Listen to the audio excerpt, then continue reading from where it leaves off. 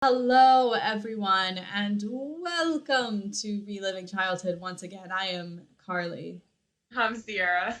And I'm Noah. This was not a good idea to put the stars on. No, it looks so cute though. But when I laugh, I can feel them moving.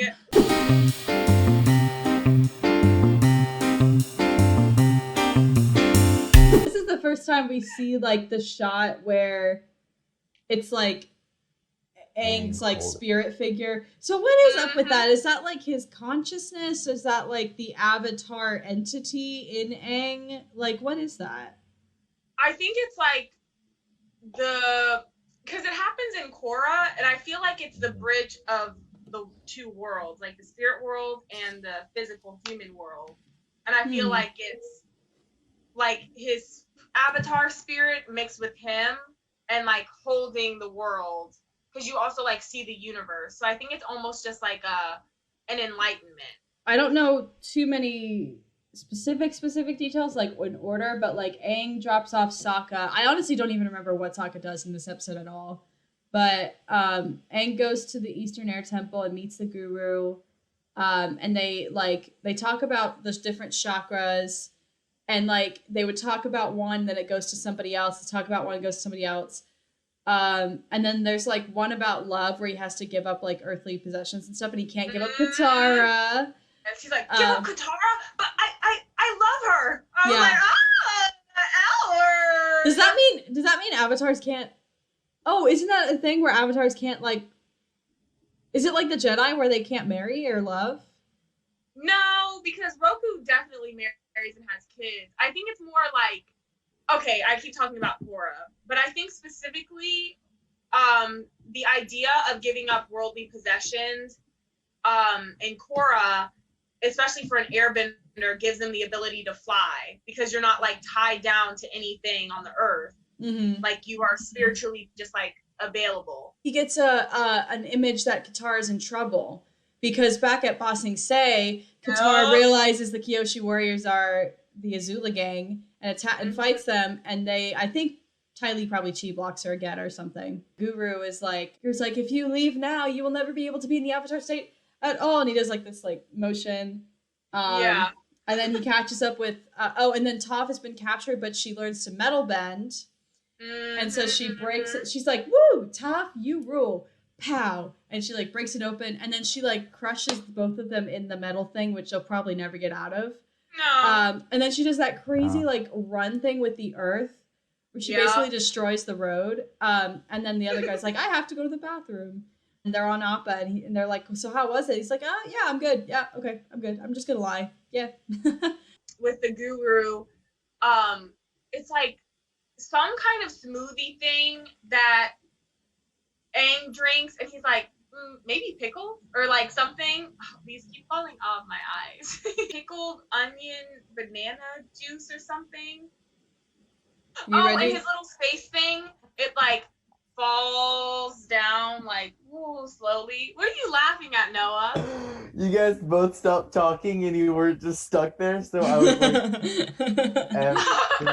Do you have anything to say, Noah? Are you frozen? Wait, is he actually frozen? He is not. I see his earring moving. Gosh dang it. I just remember Toph earthbending. Not earth. Toph earthbends. No, metal bending. What? And that's really it. I forgot this episode was a thing. Like, I don't remember a single. It is kind of a weird episode. Like, it's very different. Because, like, the Guru guy never really comes back, does he? No. He's just there. He's iconic for his one episode. Well, second episode. Our next guest was in the same class as me and Carly. He was an amazing actor and an amazing MLK in our scene together from the mountaintop. Oh, that's right. Houston boy. And and he is a meditation king. And he also plays guitar. So please welcome Canaan. He is the real life guru. Literally. Canaan! Hey, Canaan. Boom. Oh, What's you up? got the same headphones as me. I'm here with my friend Red. Hi. Doing good. Hi, Noah. What's going up? on, Noah? Nothing. Why was I like, hold on, how do you know Noah? I think you could have not seen it, like you could not just look up an episode. Right. Noah, were you? Did you come after I left, or like? Yeah. You were there during Accepted Students Day, right? Because I came to Accepted Students Day. Maybe. So, but yeah, I'm a year below you guys. Yeah.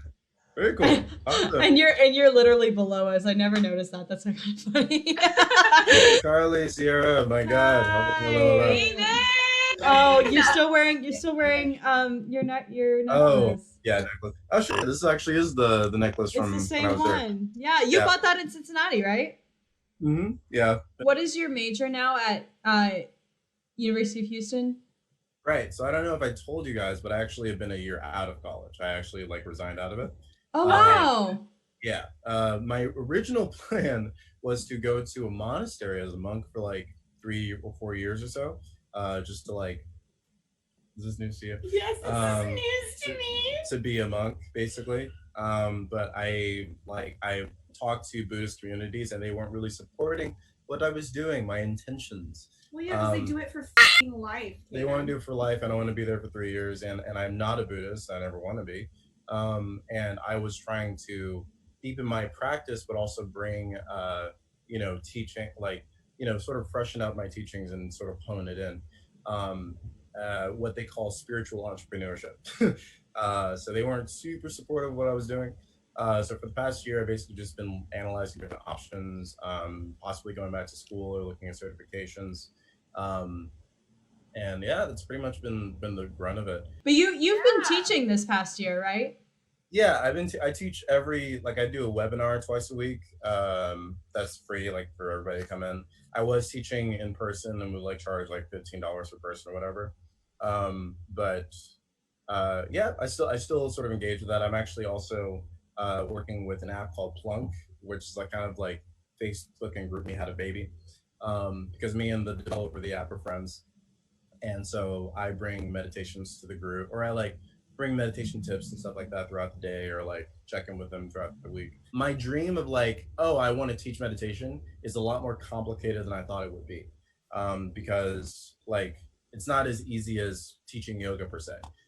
With teaching yoga, nobody if I took a 500-hour, 200-hour training course in yoga, boom, I'm a yoga teacher. But with meditation, there's so many different backgrounds and so many different angles and ends for it. There's ethical questions of how much is the right amount to charge? Is it ethical to be a full-time meditation practitioner? Is it do I teach Buddhist meditation, spiritual, or do I go more the secular route? Can Buddhism be secular? And probably 7,000 other questions I can throw at you. So it's just been every answer that I thought I've had a year ago or a couple of years ago, I've just been more questions that have been added on. So I actually have my journal here, and let's see here. I was trying to get to the reason that I want to teach meditation and how I want to go about it, and wrote out 7 pages worth of why I want to teach and the industries in which I want to teach. And trying to bring that into sort of a mission statement or my core goal for teaching and practicing. Are you still in Texas and Houston? No, I'm actually in London currently. What? Wait, what? No, I'm joking. I was about to say, why did you start with that? How is this time zone not Yeah, I saw isn't it Noah's- I know. Hard to live in London. I saw It would be Noah's like- face going, Hold up. It would be midnight your time. Hold up! I'm such an acting major. Yeah. When I was introducing you, and I was like, MLK, there will never be another. Have you watched all of Avatar, Canaan? Yep. So have I. Yes. Nice. And I guess I have a 2-part question. Yep. Did you get into meditation possibly from watching Avatar? Or were you already interested in meditation and it just happened that you enjoyed the show because there is meditation a part of it. The second one, I was interested in meditation like freshman year of high school, just about, or somewhere between freshman and sophomore year. And I think I watched Avatar either after that or maybe skipped the episode about the chakras, because I've seen this episode before. But yeah, I just think it was cool how it was reflected in that. Because I started out doing basically Zen meditation or Zen Buddhism, which is where you're basically just aware of everything for 20 minutes straight and not trying to think, not trying to be anything in particular, but just like you're there. It's also in mindfulness, which is like a scientific derivative of Buddhism. It's known as choiceless awareness, in which you're just sitting and you are being aware of everything, nothing in particular. Which is, I don't know how the heck I did that, because that's like I mean, to me anyway, that's more of like an intermediate or expert level thing. Remember you said like, I just think it's so cool that you got in meditation by watching Avatar. I'm like, oh, it's kind of ish, yeah. Like it was kind of already there, and then I was like, oh yeah, it's an Avatar. That's cool. By the way, in this episode, before he does his chakra thing, he drinks onion and banana juice, and I've actually tried that. Is it good? Weird. The first time I did it, it tasted great. I don't know why. It just like warmed my body, and it actually helped with my chakra practice. But the second time I tried it, I was like, what tongue did I have? You know, like it was. Yeah. If you want to try it, I recommend. I don't know why you would, but I recommend. You know, cutting the banana in a blender or like a NutriBullet, and then cutting the onions in there as well, and then warming it up in the microwave for a little bit, and then it just kind of goes down smooth. But it's an interesting experiment for sure. Why banana and onion? Like, is there a reason behind that, or is that just cause? There is absolutely no logical explanation that I know of. It was just from the kids show of something in actual practice. It's not a children's show. It is. It's a philosophy discussion. Yeah. Oh, they're literally like, we want kids to throw up.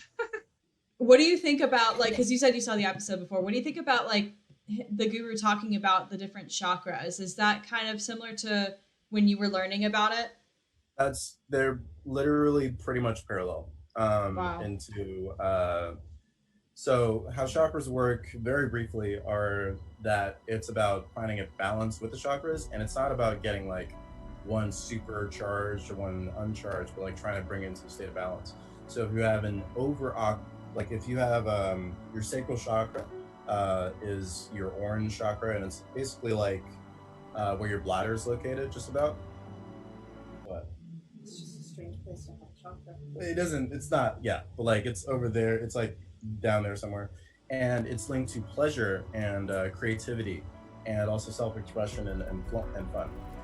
So if you have an overactive chakra, you'll find that you're likened to overindulgence, not knowing your limits, of being burned out all the time, or not knowing when to stop doing certain things. And if it's underactive, you'll find that your life is like dull and not enough activity going on. But if it's balanced, you find that you are able to enjoy pleasure to a degree and to an extent that feels right to you, knowing those limits, but also being able to creatively express. Because in Eastern religion, creativity and sexuality and pleasure are both seen as equals, because there's creative energy in creating a child, and there's creative energy in creating music. Crown chakra up here is self-transcendence. The third eye chakra is about self-actualization. And so self-actualization is fully realizing who you were meant to be. Self-transcending is about transcending the body, the mind, and if you want to go into a spiritual route, getting to a spiritual plane or higher existence. And so in Avatar, what he does is he is forced to let go of everything he is attached to, letting go of his body, letting go of the people that he loves, the objects that he loves, which is scary for Aang or Aang. It's Aang. I know it's Aang. I'm brainwashed by the movie. Jesus. Did you see the Mammaland really movie? bad, yeah. In order to access that state, he has to let go of all of those attachments. And so with every chakra, there's something that you can lean into more or step away from, depending on how balanced your chakra is. So that part is absolutely correct. And in spiritual thought, there are a number of ways to balance the chakras outside of meditation. But I am not nearly qualified enough to give that advice. What vendor would you want to be, and did it change from when you first watched the show versus like just growing up more? I am so ridiculously and obviously a water personality. And it's just something that I've always resonated with, and even the way that I act, like in theater, like, do you know about Labanism or like Laban Yeah. and all that? I was always glide is something that I do a lot, which is direct and sustained movement, I believe. Right? Wait, so where did you learn Laban? Because we learned it our sophomore year. High school. Oh, interesting. Ah, If you could have a flying bison or a flying lemur, what would you have? Bison would be sick as fuck. Bison would be really cool. Yes? Yeah. Okay. I really thought you were gonna say lemur. I did too for Really? some reason. I have a It's dog. because and it's he's because really- of your dog. Yeah. What is your favorite character in the series? Who is your favorite character in the series? Katara. I just like I really connect with her in a lot of ways. I would say Aang, but I think that's way too much responsibility. I think is it like Zuko's sister or something? Oh, dude, she's so hot. Yeah, like Dude. Azula. yeah. Azula. Azula's like Oh my lord. like there were actually like three characters in cartoon history where like I was attracted to them, but I felt bad for being attracted to them because they were like obviously the bad guy or whatever. She's so hot. Azula, fucking Shigo, Mm. Oh, and Shigo. and Vicky for some reason. From Timmy. Here's the thing. Maybe it was her voice, because it's the same voice actress as Azula as Vicky. So maybe that's subconsciously why you like That's- Vicky. That'd be funny. Dang, that is a tiny fleet. Only 4 ships. Dang, his arm is. What happened Yeah. to his arm? That was a Bato. Remember how he was wrapped up? Oh. I guess Sokka was closer to his dad Yeah. and Katara, their mom. It's terrible when you can't trust the people who are closest to you. Azula, don't rub it in. Yeah. The Council of Five is meeting to plan an invasion of the Fire Nation this summer. Why are you just randomly telling people this? I know. So that's how she finds out. Yeah. Because he want to talk all. Like, who are you to talk about it, boy? I was gonna say if he didn't tell them that, then They I wouldn't have wonder. known. So, like, okay, you have the library in the desert, and it tells them the eclipse. Is, like, the lunar and solar calendar, like, a common thing in the Avatar universe, or is that information only the owl had? Because it sounded like they needed that calendar in order to figure out that was going to be an eclipse. So how would the Fire Yeah. Nation know about that? Because the Earth King didn't say what day. Is that a plot hole, or do we just assume off screen he said the date? Yeah. You know what's also weird? They never say what the date is. Like Sokka writes it down in the lettering style. Yeah. Unless like you can like pause the video and read the characters, but There we go. ew. I love how that guy wears a vest but not a shirt. Make it quick. What's wrong with you? Oh, very sneaky, Toph. Nice try, but you can't trick me. Boy, she was about to. I love how May just has smeared makeup. You're so confident. I really admire that about you. I know it's hot. I think oh my god, what's her name? I just forgot her name. Ty Lee, there we go. I was gonna say Dai Lee. I think Ty Lee has a crush on Azula. Where's the guru from? Like what part? He Of is the the Avatar only like Indian Yeah. person we see in the show, unless you theorize that like imposter Aang at the ferry. Mhm. Right? That's a really good visual. Yeah, that cleaned up quick.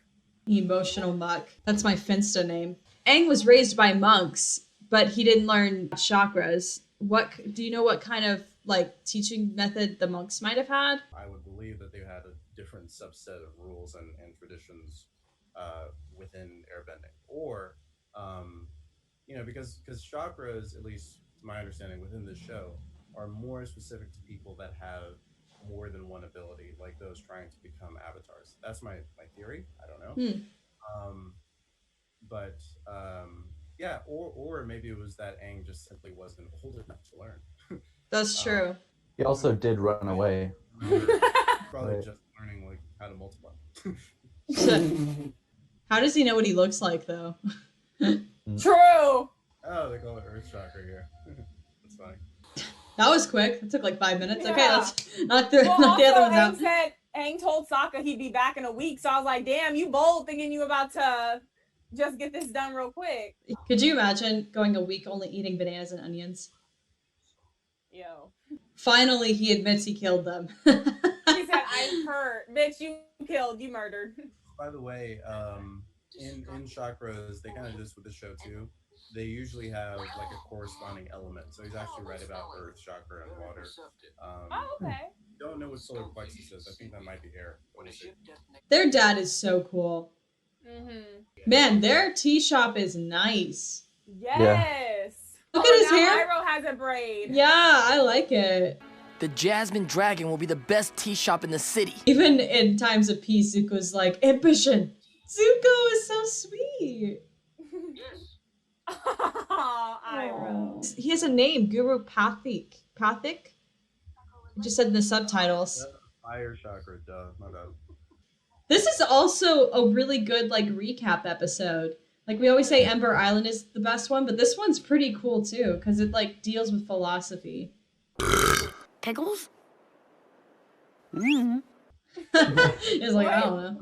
What are you making, or where are you finding it that you don't know? Maybe that's why it was so easy to beat the Kyoshi warriors. Don't disrespect Suki like that. If I have to clean up one more pile of bear poop, I'm gonna throw up. Why do you have to clean that up? That is not your job. He is Spider-Man. Damn, they really are getting taken out by a 14-year-old. They actually outsmarted him. That's so. Look, I love that man's beard. Oh my gosh. Oh. Oh. I said it before. Zutara does not stand a chance. They really like you don't. Okay, but just you wait in the next episode. That's when they'll get their chance. Right. That's lust, honey. Look at the shape of the map. Did you see that? It almost looks like a lion turtle shape. That was a nice transition. Yeah. Yes, yes, yes. I love this montage. Woo! Toph, you rule. Yeah, you do. Incredible. Like, damn, Toph. She just made 12 years old, and she just did metal bending. Imagine if Zuko turned and just saw Momo. He was like, hold on. Where are they? What is that? Is that a roof? Yeah. What? They have some nice ass scenery. Damn, he's not even bringing up though. Like, what? Thank goodness you're here, Suki. Something terrible is going on. You can't tell the damn difference between Suki. She really doesn't know. Like, even just her damn voice. Even Momo was like, nope. That wasn't even a fight. At all. She's bleeding. And he's like so thin, but still really ripped, and I'm kind of confused. Dang, that is too cool. Why is his this tiny little walkway and Korra's is this like dying pathway? Damn, he was ready to risk it. And Appa on the way back is like, so am I a joke to you now? Literally. She has to run all the way back too. Literally. The ostrich horse is just like, so what do you want me to do? Damn, Hakoda has some great hair. She is such a good actress. Yup. Like she knows she's in. How did she know he was gonna? How did she know? How did she know? The cunning bitch. Oh, that's why they got invited. What is it, Uncle? Great news. Good news, everyone. They are really getting pulled That's over it? by this 14-year-old girl. That's it? Oh my gosh. The last episode has a lot. So, Kaden, what did you think? It's really refreshing to watch it again. There's a couple of like things that I would change about the solar plexus chakra and the sacral chakra, which are the water and the fire chakra. Because the water chakra, he said, what holds you back is guilt, and the other one is shame. And I've always had a difficulty trying to distinguish the two of those.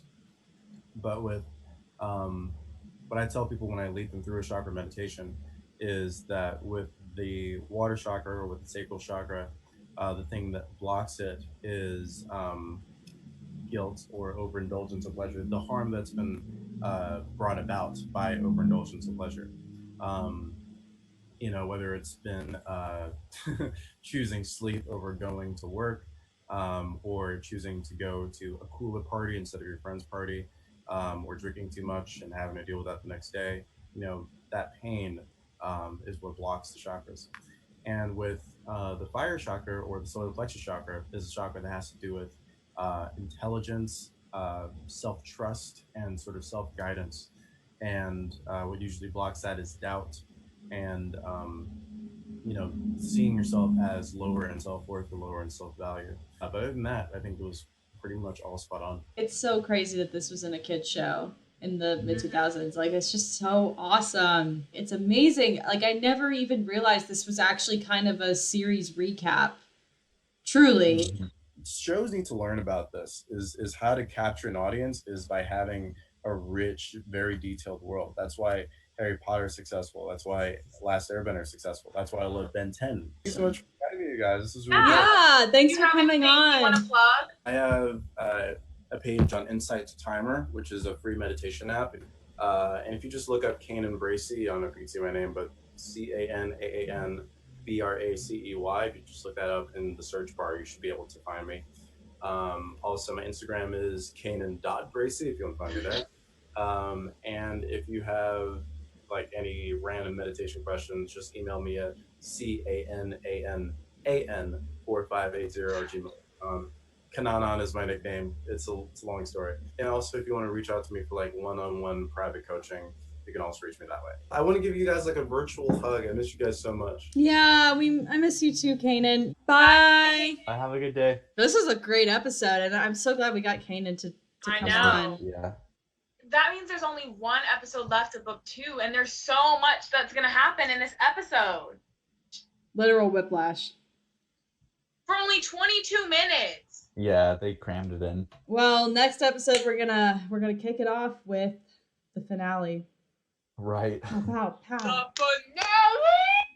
It was like 3 episodes ago that Angler earthbending. Like, it is going so fast. Until next episode. Bear poop.